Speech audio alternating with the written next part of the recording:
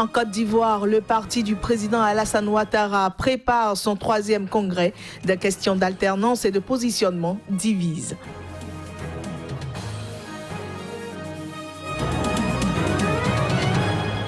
Au Burkina Faso, l'Assemblée nationale a réformé mardi la Haute Cour de justice. Le but est de garantir un procès équitable des ministres de Compaoré.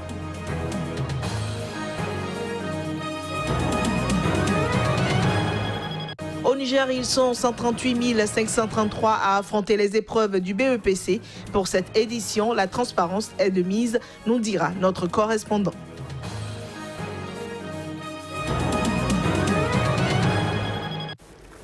Merci de nous rejoindre pour cette nouvelle session d'information sur SICA, mesdames et messieurs.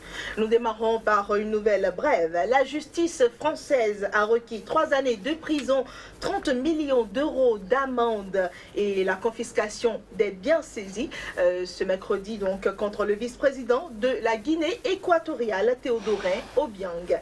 Tout ceci au procès à Paris de l'affaire des biens mal acquis.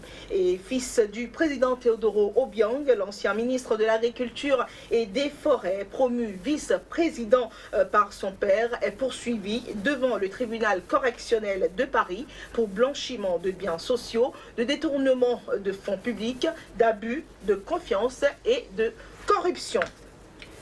Du 29e sommet de l'Union africaine clôturé mardi à Addis Abeba en Éthiopie. Certains chefs d'État sont partis inquiets, d'autres au contraire plutôt satisfaits. Les impressions ne sont pas unanimes en tout cas. Le Djiboutien Ismaël Omar Guelleh ne retourne pas dans son pays, la joie au cœur. Et depuis que les troupes du Qatar se sont retirées de la zone tampon avec l'Érythrée, il réclame une démarcation de la frontière Djibouti-Érythrée. Mais pour l'instant, l'Érythrée n'est pas ouverte à ce dialogue. L'Union africaine tentera quand même par son commissaire paix et sécurité, une médiation. Et quant au président de la RDC, l'homme a obtenu de la part de ses homologues à ce sommet donc une résolution qui dénonce les sanctions unilatérales et injustes. Sous-entendu, les sanctions individuelles que les États-Unis et l'Union européenne viennent infliger à une vingtaine de personnalités du Congo-Kinshasa. Il faut noter que Paul Kagame est nommé président de l'Union africaine pour 1 an. Et justement, par rapport à cette information, nous allons rebondir tout de suite et recevoir un invité dans ce journal. Il a pour nom Kodjovi Ametonou, notre analyste maison pour cette édition. Kodjovi, bonjour. Bonjour Stéphane Sakameto, bonjour également à nos amis téléspectateurs du SICA. Alors justement, ainsi prend fin donc, le sommet de l'Union africaine qui s'est tenu à Addis Abeba et donc qui a eu pour thème principal tirer pleinement parti du dividende démographique en investissant dans la jeunesse. C'est heureux. La jeunesse a été vraiment une grande préoccupation cette fois-ci pour nos dirigeants. Oui, c'est du moins qu'on puisse dire, Stéphane Sakameto, parce qu'on sait qu'au sud du Sahara, par exemple, une étude a révélé en 2015 que 77% de la population est âgée entre 30 et 35 ans. C'est la preuve que, effectivement, la population au sud du Sahara est suffisamment jeune. Et lorsqu'on étend cela à toute l'Afrique, eh bien, la jeunesse occupe une place importante au sein de la population. Et donc, prendre aujourd'hui n'importe quelle décision, n'importe quelle initiative qui va dans le sens du développement sans mettre au cœur cette jeunesse serait donc une grave erreur. Et si les dirigeants ont compris cela et l'ont mis au cœur de leur rencontre de Addis Abeba des 2-4 juillet, eh bien, il faut saluer cette initiative. Alors ça, c'est le premier pan, la jeunesse, la plus importante. Et également, l'autre partie très importante également de ce sommet, c'est le dividende démographique. Donc, tirer parti du dividende démographique en investissant dans la jeunesse. Est-ce que vous pensez que c'est vraiment une priorité aujourd'hui de partir du dividende démographique pour régler le problème de la jeunesse? Oui, mais ça devrait quand même en être une, dans la mesure où le défi ici étant que la jeunesse africaine, souvent, en tout cas déjà très grande qu'on a évoquée, mais exploitée à des faits politiques pour des conflits ou également enclin aujourd'hui à l'immigration clandestines et qui périssent dans la région de Lampedusa à travers donc la Méditerranée devait être donc au cœur effectivement des développements, comme on l'a dit. Et Claire Stéphane Sacramento, ceci passe par l'autonomisation de cette jeunesse. Et ça, pour y arriver, il faut quand même une éducation de qualité, il faut également le soin de santé de qualité et également de l'emploi décent. Et lorsque vous demandez si c'est la priorité aujourd'hui, partie donc du dividende démographique pour atteindre le développement, je dis oui, dans la mesure où effectivement, lorsqu'on prend en compte ces aspects que je viens d'énumérer à travers donc un système politique bien élaboré, on pourrait y arriver. Mais malheureusement, cela ne fait pas la priorité de nos dirigeants. Alors, quand je vis à maintenant, je posais cette question parce que vous savez bien, le dividende démographique, c'est bien l'accélération de la croissance économique qui peut résulter de la diminution de la fécondité. D'accord? C'est diminuer le nombre d'enfants pour donner plus d'opportunités. Quand on voit aujourd'hui une jeunesse qui a vraiment faim, une jeunesse qui a un problème d'emploi, une jeunesse qui, parce qu'elle est fatiguée, prend le risque d'aller mourir en Méditerranée, est-ce que vous pensez que le moment est propice pour partir de cette croissance économique là, c'est-à-dire la jeunesse a un besoin précis aujourd'hui. Oui, c'est l'emploi, c'est la question de l'emploi, c'est la question de la formation et qui donc oblige cette jeunesse à partir de l'Afrique. Lorsque les dirigeants en arrivent à cette terminologie, le dividende démographique, c'est bien parce qu'ils ont compris qu'aujourd'hui, lorsqu'on va réduire un tant soit peu la population, on peut véritablement faire face aux questions de développement. Mais en attendant de réduire la population, la jeunesse d'aujourd'hui, qu'est-ce qu'il faut faire pour elle? Il faut des priorités. Il faut des priorités. Le président Alassane Ouattara l'a également énuméré, tout comme Alpha Condé également. La démographie aujourd'hui en Afrique, elle est galopante, c'est ce que les études ont révélé, mais elle constitue également une chance pour l'Afrique. Mais lorsque effectivement on doit pouvoir continuer dans cette lancée, on risque à la fin de ne pouvoir pas offrir d'emploi décent, ne serait-ce que ça pour cette jeunesse aujourd'hui en quête de ce savoir, de cet emploi décent. Donc il faut quand même à un moment donné rompre avec ce qui est toujours un frein au développement. Certains pays l'ont fait aujourd'hui. La Chine est partie donc de la réduction de sa population pour pouvoir faire face donc aux questions de développement. Elle y est arrivée. Aujourd'hui, la population elle est vieillissante. La Chine est obligée d'importer la main-d'œuvre. Donc l'Afrique également veut expérimenter ceci.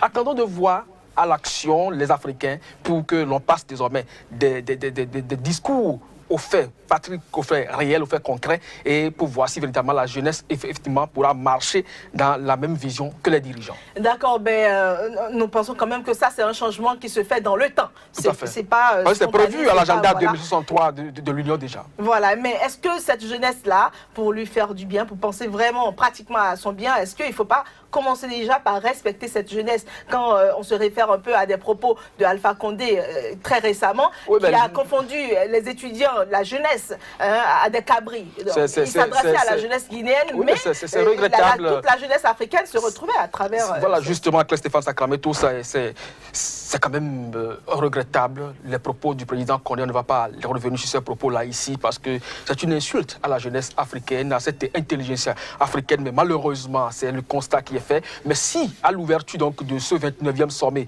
à Addis Abeba, le président guinéen est revenu donc sur la question du dividende démographique et a constaté qu'effectivement, il faut investir dans cette jeunesse pour que le développement de l'Afrique soit, eh bien, il faut considérer que c'est un mea culpa qu'il faut prendre et avancer. Indirect.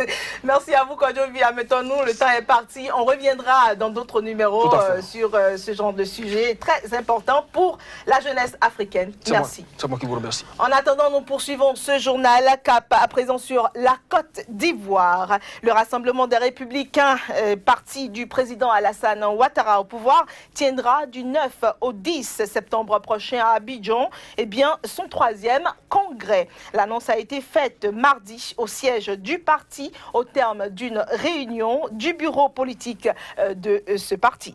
Cette réunion a aussi permis au ténor du RDR de condamner la résurgence du débat sur la succession du président de la République et la question de l'alternance donc en 2020. Un débat malsain et inopportun selon le RDR qui appelle d'ailleurs ses partisans alliés à la sérénité. L'Assemblée nationale du Burkina Faso a réformé mardi la Haute Cour de justice devant laquelle sont poursuivis les membres du dernier gouvernement de Blaise Compaoré. Le Parlement entend ainsi leur garantir un procès équitable selon les propos du ministre de la Justice. Réforme de la Haute Cour de justice du Burkina Faso. Les membres du dernier gouvernement de Blaise Compaoré qui sont poursuivis pourront désormais bénéficier d'un procès équitable. Les accusés auront le droit de faire appel s'ils sont condamnés selon la nouvelle loi organique adoptée par l'Assemblée, ce qui n'était pas le cas jusqu'à présent et qui avait motivé la suspension du procès débuté fin avril. Les ministres du dernier gouvernement Compaoré sont poursuivis pour complicité d'homicide volontaire et blessure volontaire pour avoir participé au Conseil extraordinaire des ministres du 29 octobre 2014, au cours duquel ils ont décidé de faire appel à l'armée pour réprimer les manifestants contre le régime Compaoré. Au total, 33 personnes avaient été tuées selon des sources officielles lors de ces manifestations qui avaient abouti à la chute de Blaise Compaoré, même si le procès ne concerne que 7 décès. Seule juridiction habilitée à juger le chef de l'État et des ministres pour des faits commis dans l'exercice de leurs fonctions, la Haute Cour avait été obligée de surseoir à statuer après que le Conseil constitutionnel eut jugé contraire à la Constitution l'absence de recours possible sur ces décisions. La réforme de la Haute Cour, votée par 99 députés sur 127, assure désormais le principe du double degré de juridiction aussi bien au niveau de l'instruction que du jugement, a expliqué le ministre de la Justice, René Bagoro. L'ex-président Compaoré, qui était également ministre de la Défense, vit en exil en Côte d'Ivoire. Selon le ministre, le code de procédure pénale auquel la loi sur la Haute Cour de justice renvoie permet à une personne mise en cause de se faire représenter, mais à condition que la peine encourue n'excède pas 2 ans. Tous les accusés ici risquent la peine de mort. Au Niger, ils sont 138 533 candidats à affronter les épreuves du brevet d'études du premier cycle BEPC, dont 542 centres retenus pour cet examen. La transparence est de mise. Ils sont cette année 138 533 candidats repartis dans les 542 centres d'examen à travers le territoire nigérien à passer les épreuves du brevet d'études du premier cycle BEPC. À Niamey, la capitale, les candidats sont au nombre de 32 510 candidats, dont 17 423 filles réparties dans 97 centres d'examen. C'est le gouverneur de la région de Niamey qui a lancé le début des épreuves en ouvrant l'enveloppe contenant les premières épreuves de français, dont il a été d'ailleurs le premier à distribuer aux candidats. Le gouverneur a conseillé les candidats en leur demandant de ne compter que sur leurs propres efforts. Nous avons encouragé les candidats à compter sur eux-mêmes. Parce que pour un travail bien fait, vous ne pouvez le faire que sur vos propres efforts. Nous les avons encouragés et incités à travailler dans la sérénité, car ils sont aujourd'hui venus pour être évalués sur le programme qui leur a été enseigné durant tous ces 9 mois-là. Donc, ce qui fait qu'ils n'ont pas de crainte à faire. C'est le programme qui a été enseigné. C'est sur ça qu'ils seront évalués. Comme chaque année, et ce depuis 2015, la Haute Autorité de lutte contre la corruption et les infractions assimilées accompagne les autorités dans l'organisation de ces examens. Objectif, éviter la fraude et les pratiques corruptives. Les fraudes, nous avons pensé qu'au lieu d'attendre toujours la fin pour demander l'annulation de quoi que ce soit, autant prévenir. Et la prévention que nous sommes en train de faire aujourd'hui, c'est de cela qu'il s'agit. Faire en sorte que les surveillants soient conscientisés, faire en sorte que les élèves, les candidats eux-mêmes soient conscientisés. Et depuis un certain moment, nous avons entamé une petite campagne de sensibilisation à l'endroit donc, de tous ces acteurs qui interviennent dans l'organisation des examens. De l'avis de plusieurs acteurs de l'éducation, les résultats de ces examens risquent de surprendre négativement plus d'un observateur cette année en raison des multiples perturbations dans le secteur de l'éducation. C'en est fini donc pour cette session d'information, mesdames et messieurs. Ravi de vous l'avoir présenté et merci à vous d'avoir été des nôtres. Restez en compagnie des programmes de SICA. Au revoir.